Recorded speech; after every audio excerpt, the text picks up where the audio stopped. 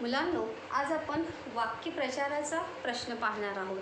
गेल्या वेळेस आपण प्रकरण 1 ते प्रकरण 4 पर्यंत आणि त्यामध्ये प्रकरण कविता आणि 2 कविता आणि प्रकरण 4 पर्यंत पाठ 4 पर्यंत आपण वाक्यप्रचार जे आहेत ते पाहिले होते. आज आपण प्रकरण 5 ते 8 यातील वाक्यप्रचार आणि त्यांचा अर्थ आणि त्यांचा वाक्यात उपयोग जो आहे तो या तासाला आपण पाहणार आहोत. लास्ट टाईमला सांगितलं होतं की हा खूप महत्त्वाचा प्रश्न आहे आपल्यासाठी.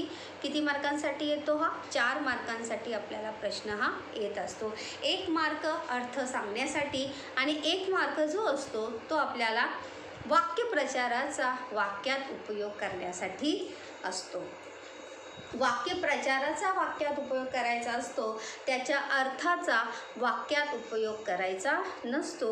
हे लक्षात ठेवणे फार गरजेचं आहे. जर आपण हे लक्षात ठेवलं तर सहज आपल्याला 4 मार्क जे आहेत बहुत ही आसानी से हमें 4 मार्क्स इस क्वेश्चन में बड़ी सहजता से मिल सकते हैं.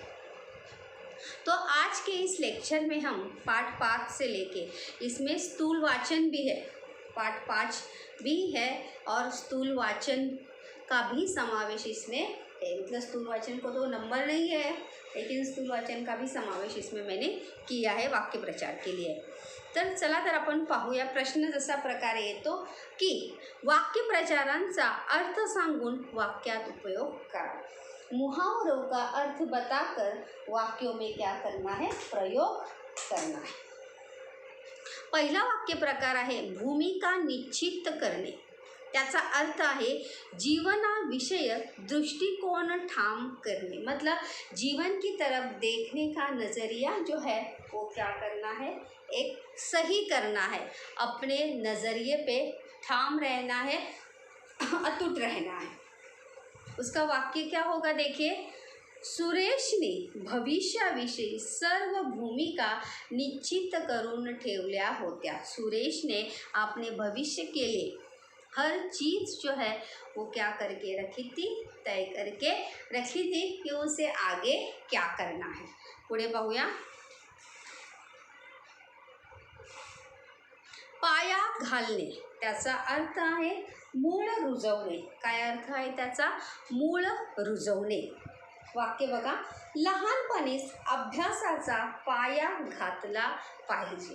म्हणजे बचपन में ही पढ़ाई की नींव जो है वो हमारे अंदर निर्माण होनी चाहिए. अगर बचपन से ही पढ़ाई करने की आदत होती है या पढ़ाई की लगन होती है, ललक होती है, तो बड़े होने के बाद पढ़ाई करने में बिल्कुल भी दिक्कत जो है या परेशानी जो है वो बिल्कुल भी होती नहीं. त्यानंतर नेक्स्ट पाहूया. दिशा दाखवणे. दिशा दाखवणे,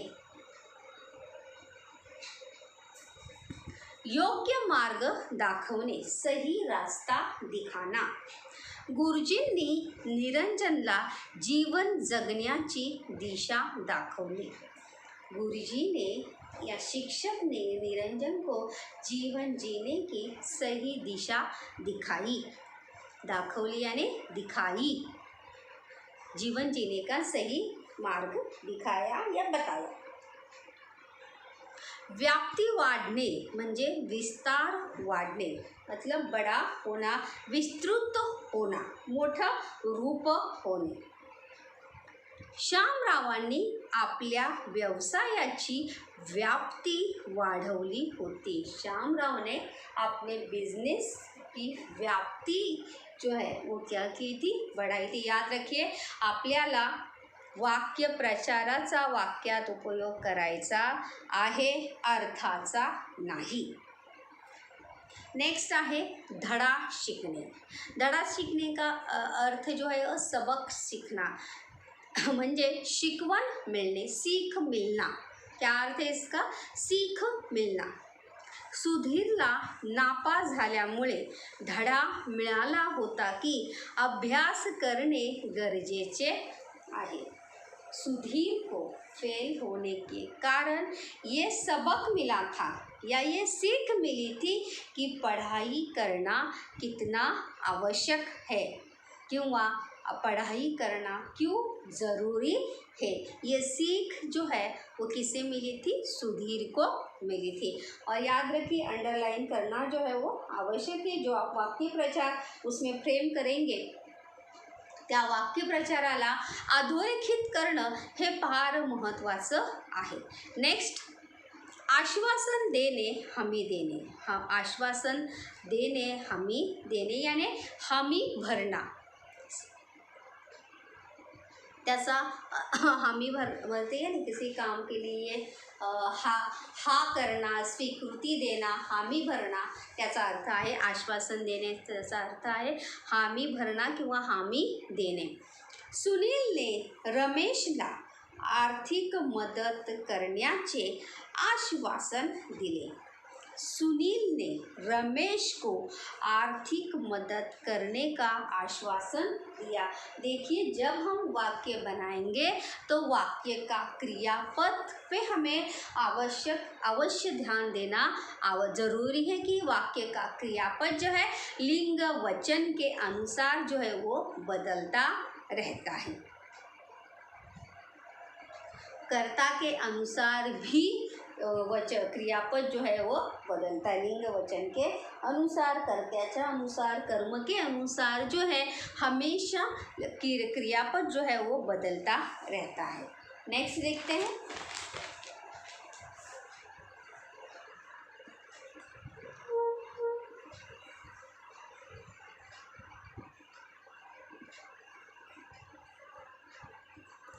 गलका करणे। गलका यानी आवाज करना, एकत्र येऊन आवाजाचा गोंधळ उडणे, मतलब इकट्ठा होकर बहुत ज़्यादा क्या करना, शोर करना, चिल्लाना, ओरडणे, गोंधळ करणे। मुले मधल्या सुट्टीत गलका करत होते। बच्चे मधल्या सुट्टीत यानी रिसेस में, बीच की छुट्टी में या लंच ब्रेक में बच्चे क्या कर रहे थे, गोंधळ करत होते, गलका करत होते। डोळे लावून बसणे, सतत वाट पाहणे, हमेशा इंतजार करना या हमेशा राह देखना। डोळे लावून बसणे यानी पलके बिछाए बैठना, पलके बिछा के रखना, असा त्याचा अर्थ आहे। सतत वाट पाहणे, हमेशा इंतजार करते रहना। वाक्य पाहूया त्याचं, आई सीमेवर लढायला गेलेल्या मुलाच्या वाटेकडे डोळे लावून बसली होती। माँ सरहद पर लड़ाई करने के लिए या युद्ध करने के लिए जो उसका बेटा गया था उसकी राह पर या उसके इंतज़ार उसके रास्ते की तरफ वो पलके बिछा के उसका क्या कर रही थी, इंतज़ार कर रही थी। डोळे लावून बसली होती म्हणजे वाट पाहत होती। बहुत, जिसे हिंदी में कहते हैं हम बेसब्री से, किसी का बेसब्री से इंतज़ार करना, त्यालाच म्हणतात डोळे लावून बसणे, म्हणजे सतत वाट पाहणे, हमेशा इंतज़ार करना कि कब आएगा या कब मुलाकात होगी।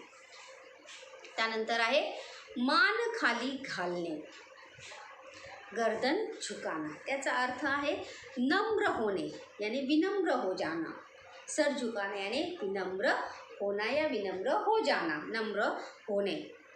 नम्रचा विरुद्धार्थी शब्द काय होणार आहे, उद्धट, बदतमीजी से कहते हैं। राष्ट्रध्वजासमोर सर्वजण मान खाली घालतात, राष्ट्रध्वज के सामने सभी लोग अपने गर्दन झुकाते हैं, या राष्ट्रध्वज के सामने सभी लोग क्या होते हैं, सर झुकाते हैं या नतमस्तक होते हैं। तोंडात घास घोळणे, मुंह में निवाला घूमना, म्हणजे मुंह में निवाला जो घूमते रहता है या खाने की, उसका अर्थ क्या होगा, जेवण्याची इच्छा नसणे, खाने की इच्छा न होना या जेवण्याची इच्छा नसणे, खाने का बिल्कुल भी मन न होना। ताप आल्यामुळे, अभी ताप या शब्दाचा अर्थ काय आहे? बुखार. ताप आल्यामुळे रंजनाच्या तोंडात घास घोळत होता. बुखार आने की वजह से रंजना के मुंह में निवाला क्या हो रहा था? घूम रहा था, या उसे खाने की बिल्कुल भी इच्छा नहीं होती. जब बुखार आता है तो देखो मुंह का पूरा स्वाद चला जाता है आणि जेवण्याची जराही इच्छा राहत नाही. त्याला म्हणतात तोंडात घास घोळणे. भारावून जाणे, प्रभावित होणे. भारावून जाणे, प्रभावित होना. राजेशचे भाषण ऐकून सर्वजण प्रभावित झाले होते. राजेश का भाषण सुनकर सर्वजन क्या हुए थे? प्रभावित हुए थे. उसके भाषण सुनकर या उसके भाषण में जो विचार थे उसके विचार से सभी लोग क्या हुए थे? प्रभावित हुए थे. आयुष्याचे मोल देणे. आयुष्याचे मोल देणे म्हणजे जीवन समर्पित करणे. आयुष्य मतलब जैसे कहते हैं ना हम कि पूरा जीवन बहाल करना, पूरा जीवन बहाल देना, पूरा जीवन बहाल करना. तो उसी का अर्थ है की जीवन समर्पित करना. काय अर्थ आहे त्याचा? जीवन समर्पित करणे. आयुष्याचे मोल देणे याचा अर्थ आहे जीवन समर्पित करणे. सैनिक आयुष्याचे मोल देऊन देशाची सेवा करतात. सैनिक जो है अपना जीवन समर्पित कर कर देश की सेवा करते. देश की सेवा करते समय अपना पूरा जीवन वो क्या कर देते हैं? देश को बहाल कर देते हैं. जीवन इच्छा उडून जाणे. जीवन इच्छा उडून जाणे. आयुष्य जगण्यात रस न वाटणे. अर्थ बघा, आयुष्य जगण्यात रस न वाटणे मतलब जीने में कोई भी रस न होना. रस नसणे मतलब इंटरेस्ट न होना, जीने की इच्छा न होना, जीने की इच्छा पूरी तरह से उड़ जाना. त्यालाच म्हणतात आयुष्य जगण्यात रस न वाटणे. वाक्य आहे, सदाशिवरावांवर कर्जाचा इतका डोंगर झाला होता की त्यांची जीवनी इच्छा उडून गेली होती. सदाशिवराव पर कर्ज का इतना बोझा था या उनके ऊपर इतना कर्ज हुआ था. कर्ज यानी कर्ज, ऋण हुआ था कि वो न फेडने के कारण, न चुकाने के कारण झाला होता कि त्यांची जीवनी इच्छा उडून गेली होती. और इसकी वजह से उनकी जीने की इच्छा जो है पूरी तरह से क्या हुई थी? समाप्त हो गई थी. त्यांना जगण्याची जराही इच्छा राहिली नव्हती. जीवन जीने की इच्छा जो है उनकी पूरी तरह से क्या हुई थी? समाप्त हुई थी.